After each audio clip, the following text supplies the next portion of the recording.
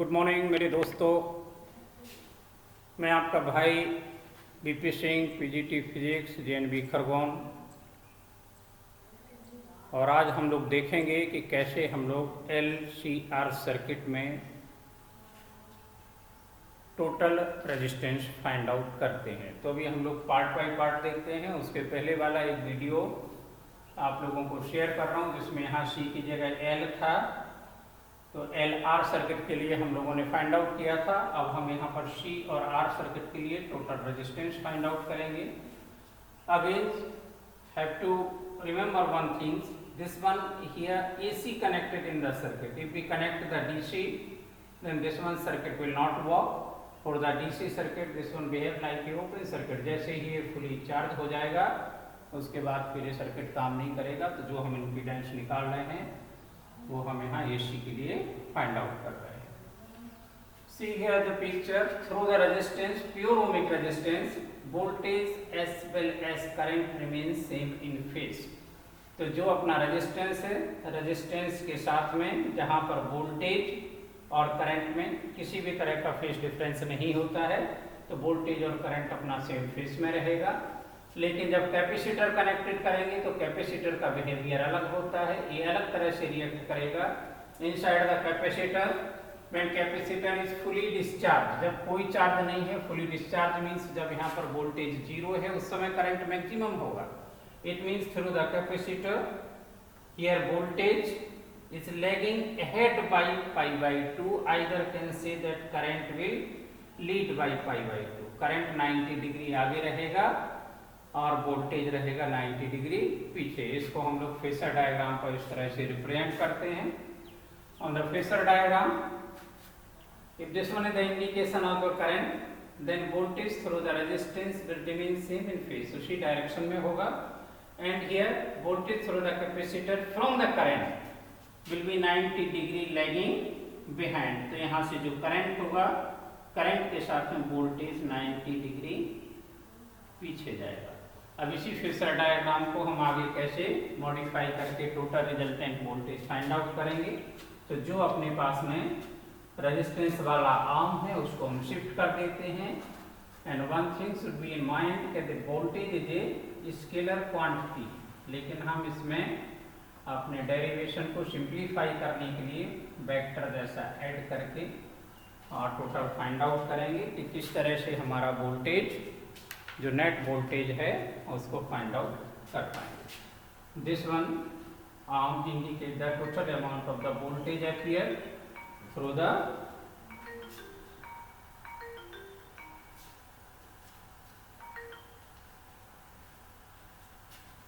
O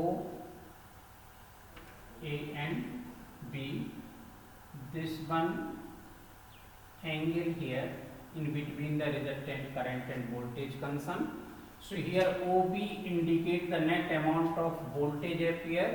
So using simple Pythagoras theorem, OB square equal to OA square plus AB square. OB square indicate the total amount of voltage appear between the combination of capacitor as well as resistance. OA here equivalent to the voltage through the capacitor. तो capacitor में हम इसको ऐसे लिख सकते हैं क्या, this one multiplied by capacitive reactance after that square plus AB square means voltage through the resistance. So it is possible to write. So first equation and this one is second one. What about the XC?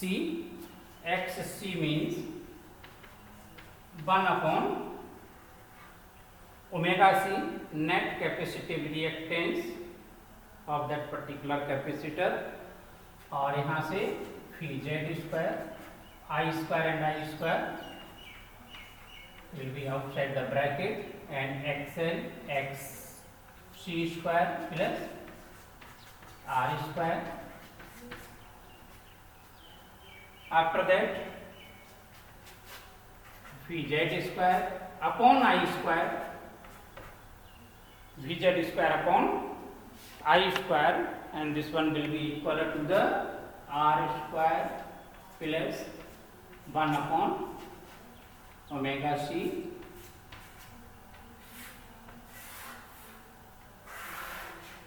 whole square, and through this one we can get the value of total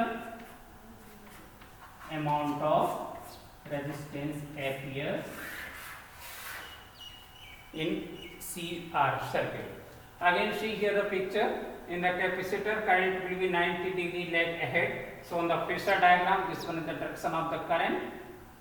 After that, voltage will be 90 degree lag behind from the current.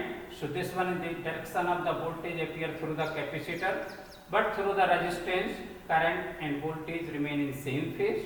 अब total resultant find out करना है तो इसको हम vector जैसा consider कर लेते हैं, even though voltage is not a vector quantity, scalar होता है। तो यहाँ से फिर हमने इस वाला आर्म को यहाँ शिफ्ट किया। After that resultant voltage will be in our hand. So this one is the total net impedance through the CR circuit connected in the circuit, r square plus 1 upon omega c whole square. इस तरह से हम लोग find out कर पाते हैं कि कितना वोल्टेज, नेट वोल्टेज और नेट इम्पीडेंस CR सर्किट के लिए फाइंड आउट। अब कितना फेज डिफरेंस होगा? So using the phasor diagram, it is possible to find out the phase angle between current and voltage. So tan phi equal to AB divided by perpendicular upon base. So this one phi r divided by VC. Phi r means I into R, and this one I into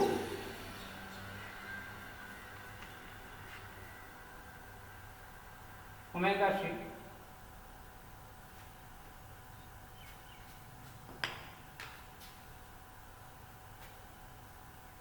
Okay, thank you.